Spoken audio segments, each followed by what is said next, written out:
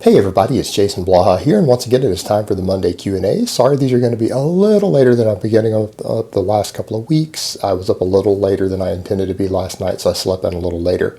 But I'm awake, I'm coffeified, caffeinated, and ready to knock these out. So let's get these started. First question. Top powerlifters often talk about how important lats are for bench press. They'll talk about stabilization factors lat provide, but otherwise not go into too much details on their function in the bench press. Could you explain this a little more? Thanks. Oh boy, yeah, the lats are a stabilizer, but honestly, if you row at all with any significant volume or weight and you deadlift, and all powerlifters deadlift, you've got enough lat development and strength for stability on the bench press. No real need to go further on that. The reason they talk about this is because of equipped benching. Equipped benching has changed, and equipped lifting in general has changed the way a lot of people think, and a lot of coaches carry over all the ideas from equipped benching and equipped powerlifting into raw powerlifting. The reason lats are so important, and you even see some top powerlifters talk about lats being even more important than chest on the bench press, is because of the bench press shirts. For example, if you don't have enough lat strength, you can't touch the bar to your chest, because with the modern shirts are so stiff that a 400-pound bar, if you were to just try to relax and just let it drop to your chest on its own, it won't be able to compress your arms and everything down for the bar to touch your chest. 400 pounds of force just isn't enough weight. You have to actually row the weight and pull it to your chest to overcome the resistance in the shirt. So you probably need to not only have the 400 pounds on the bar, but you need to be able to row like 300 pounds to pull the bar into your shirt so that it stretches the shirt to let it pop back up. Again, some of the reasons I'm not a big fan of equipped lifting. I know it's part of the sport, and it's something I've never really liked, even as someone who's competed in powerlifting, as someone who's been a meet judge. I messed around with single ply for just a little while, never did it at meets, just to try it with some friends. And honestly, it's just not my bag. If it's what you like to do and it's the sport that you like to compete in, more power to you. But it does create a lot of confusion, and it really messes up people's ideas on raw lifting oftentimes, because these ideas and training philosophies and things get carried over. But that is entirely where this whole idea of lat strength on the bench press comes into play, even when they're talking about raw benching. It's not a big deal on the bench press. I'm not saying lat strength isn't important for stability, but anyone who actually works out at all and has even a remotely balanced amount of strength, it's not going to be a factor. It's not like they're going to have to do anything additional beyond that. If you do some rows or some chin-ups every now and then and you deadlift heavy, you'll probably be fine there. All right, next question. Hey Jason, what are some of your favorite high-protein, easy and convenient foods for cutting weight? I'm in school from 9 a.m. Until 7 p.m. and don't have access to much besides fast food. You don't necessarily need to have fast food. You can just pack foods with you. Why don't you try taking nuts with you, beef jerky? You'll actually find that oftentimes baked chicken or grilled chicken or a lot of meats will keep for hours in a container. You can put them in a properly sealed plastic container that will hold things in enough that you should be able to consume them throughout the day, or take those things with you, consume them earlier in the day if you're worried about meats and other similar protein sources being a problem due to not being refrigerated. Eat them in the first 4 or 5 hours of the day, and then consume things like nuts or whatever afterwards, things that won't spoil. It's just not that hard to do. Nuts, meat, just normal protein foods are perfectly acceptable. And if you're forced to go consume fast food because that's what you have on campus later in the day, just find yourself a nice chicken salad. A Caesar salad from some of these places will actually be perfectly acceptable for what you're doing. Fantastic high satiety, high protein foods for losing weight that you can get at many fast food outlets today. All right, next question. Training a young 17-year-old pitcher in baseball to get stronger. How would you go about this? Would the 5x5 suffice, or is there a direction you could put me in that is better suited for pitchers and strength training things? Well, I hope you don't mean my personal 5x5. The 5x5 that I have up really isn't suitable for field athletes. I didn't write it for that purpose. It was intended as a hypertrophy program for novices. If you want something for field athletes, there's a couple different options I would look at. I would look at something like Joe DeFranco's stuff. He has several programs. Things like his West Side for Skinny Bastards is actually really good for starting field athletes like that. You could do Starting Strength. This was specifically written for field athletes in high school by Mark Rippetoe. Or you could go with an oldie but a goodie, which is a 5x5, but a different type of 5x5. You could go with Bill Starr's 5x5, also known as Mad Cows, which, again, very different from the 5x5 that I've put out. But any of those three would actually be much better choices for your high school baseball player than the program that I have out right now. That my 5x5 is just simply unacceptable for this. But if you wanted a 5x5, because you mentioned that, go with Bill Starr's program. That's what I would recommend for this young pitcher. All right, next question. Does your criticism towards Rippetoean statements limits to low bar squatting? Are there more claims presented by Rippetoe and Starting Strength community, either in books, SS, which is Starting Strength or PP practical programming, or by other means you find wrong, inaccurate, particularly true, context dependent? I can't think of anything else off the top of my head. The thing you've got to remember is that no one is going to agree with everything that someone else says. I actually like most of what Mark Rippetoe has to say. I actually recommend Starting Strength as a mandatory read for any novice lifter. Anyone who's got less than a year or two of lifting experience under their belt, I would say you should definitely read Starting Strength. I'm not saying you should run the program, but it's a fantastic resource. Actually, practical programming for a little more advanced lifters, someone with more than a year of training under their belt looking for new ideas, I highly recommend practical programming. Do I agree with everything in both books? No. Do I think 90% of it's pretty good and mandatory reading?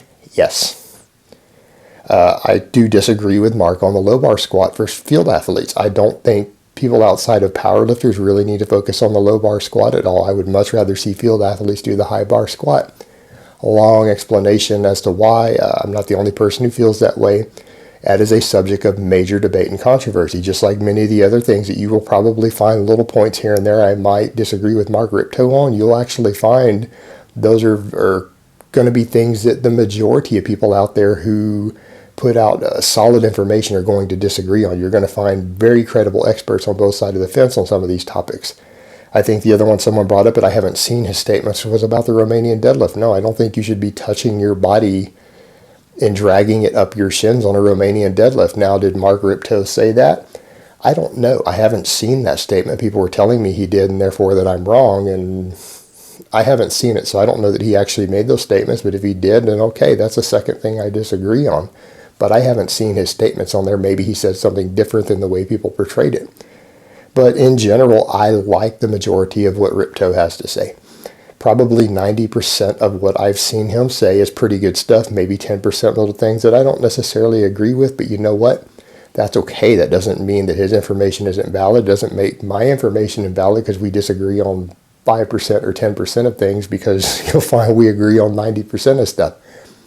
No problems there. I actually like his work, and his work is usually in my recommended reading for people. It's just, he's a very, very solid resource out there for lifters. All right, next question. Which cardio and strength program combination would you recommend for over 40s who are considering high-risk private security work overseas, supervisory role? Okay, what you're going to want to look at is going to be, again, your focus is going to be endurance and explosive power. You're going to need work capacity, so I'm going to recommend any sort of distance running. Again, the problem you're going to run into, though, you're not going to be able to do as much distance running as the younger guys as you get older. You're going to need to do a lot more low-impact cardio to build your endurance and limit the amount of running you do. Very good shoes, very good arches. You're only going to maybe be able to really run once or twice a week, and you're going to still need to build a lot of endurance. I'm going to recommend maybe you do, for a lot of your endurance training, maybe just ruck a sack. Going to be very viable for you. The other thing is, again, you're going to get over there as you get older, your work capacity is not going to be higher. If you find yourself in a situation, in a high risk situation where you need to run, you're going to need power, strength to weight ratios. I'm going to recommend that you don't try to get massive, but then again, if you're not on gear, you're not going to be massive anyways. But in my experience, a lot of people in this line of work are going to use gear anyways. Don't try to get as massive as possible. Try to keep yourself under, if you're under 6 foot, 6'1", don't go over about 190 pounds. Keep your body weight fairly low. Don't do too much hypertrophy work. Let your endurance work and your GPP work build your work capacity, and you need to focus on just heavy explosive lifting. That's what's going to keep you alive in an emergency situation. That's what's going to keep you strong, and it's going to keep your weight to power ratio fairly reasonable. Stay fairly lean, keep on a good diet, get as strong as possible, but try to keep your body weight under about 190. So again, power training, low reps, high power, big, heavy, full body movements, functional movements, push presses, deadlifts, squats, front squats, power cleans, maybe weighted body weight movements need to be your focus. A lot of low impact endurance work, swimming, recumbent bike, maybe run once or twice a week because you're going to need to build your running up, do a lot of hiking with a ruck. That's what I'm going to recommend for the type of work that you're talking about doing over there. And best of luck to you, brother. All right, next question. What unilateral leg exercises would you recommend to improve vertical leap off of one foot? Squats and deadlifts have helped dramatically, but I want to work on my individual leg strength as well. You might not need to work on your individual leg strength. This is going to be a controversial statement, but depending on what you're trying to do, if you're just trying to increase your overall vertical leap, you don't necessarily need to do much in the way of unilateral work because your injury rate is going to be higher from that, and you may not get any real performance benefit on what you're trying to do out of trying to do a bunch of unilateral stuff. Again, controversial statement. A lot of people are going to disagree with me there. That's just my opinion on it. Now, if you're talking about something to where you're doing in a very, very serious competitive environment, then you've got to reassess those risks. But you didn't say you were doing something in a serious competitive environment or at a professional level. So just to increase your overall vertical leap, which again, you don't necessarily need unilateral work for that. Squats and deadlifts will help. As you noticed, I'm going to recommend you do box jumps, both unweighted and weighted. So you need to learn to start doing those with a vest or dumbbells. Vest is the easiest way to do it because you don't got to worry about injuring yourself with dumbbells because you got your arms free. So weighted vests for some of them, along with doing them with body weight. And then I'm going to recommend that you do jumping squats. Again, both things that you need to be very careful upon. You're going to have to find some resources online to learn to do these safely, but weighted and unweighted box jumps and then jumping squats are going to be very, very valuable tools for you once you've established a strength base with your squats and deadlifts like you've done. And just remember, as you get stronger on your squat on top of it, your vertical leap is going to increase even unilaterally. All right, next question. This dbol burnt out woman with man face came up yelling at me because my friend wanted to join me in my 5-second pause squats to finish my workout to get some core. She went apeshit saying he shouldn't squat because it will ruin his tiny waist, while at the same time arguing pause squats don't affect your core. Squats ruin tiny waist physique or epic BroScience. This is BroScience, guys. Is doing heavy weight training, particularly without a belt, going to potentially make your waist slightly bigger from hypertrophy? Yes. Is it going to add inches to your waistline? Absolutely not. There are plenty of guys out there who have tiny little waists who squat and deadlift enormous amounts. There's a large genetic component there. There's the fact that a lot of guys on a lot of drugs out there see a lot of visceral fat development from the drugs they do around their organs that make their waist bigger. The large amounts of foods that they eat combined with that make their waist bigger. But actual excessive hypertrophy of your waistline by doing heavy beltless squats or heavy beltless pause squats, it's going to be very minimal. We're talking fractions of an inch at the absolute most. Is your core going to thicken up a little bit? Yes, but it's not going to make it massive and blocky. So that's, again, a bit of a myth out there. And so, again, don't worry about this person. You've got to remember, a lot of older bodybuilders out there in gyms are going to give you advice. It's not necessarily true because of a lot of myths and bro lore out there. This is, again, one of them. It's going to give you a little bit of hypertrophy there.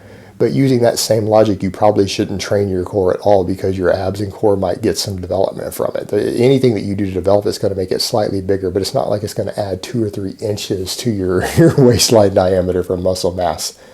That's going to be largely drugs, and in some cases, too much excessive bulking and cutting back and forth might, in some cases, expand your abdominal wall some from all the bulking, because it's not only going to expand it and push it outwards, there's going to be potential issues with additional visceral fat around your organs developing from it, particularly combined with certain anabolic drugs like insulin that may not come back off when you diet later. So you're going to hold extra fat there. So just something to consider. That's going to be a much bigger deal than her concerns.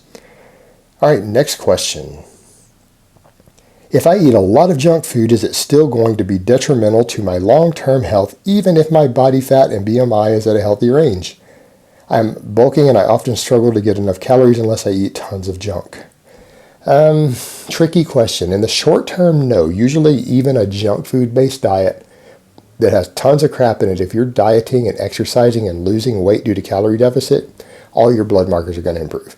Any fat loss, unless you get excessively lean, any fat loss that puts you anywhere into the healthy range is going to usually see improvements in your health markers.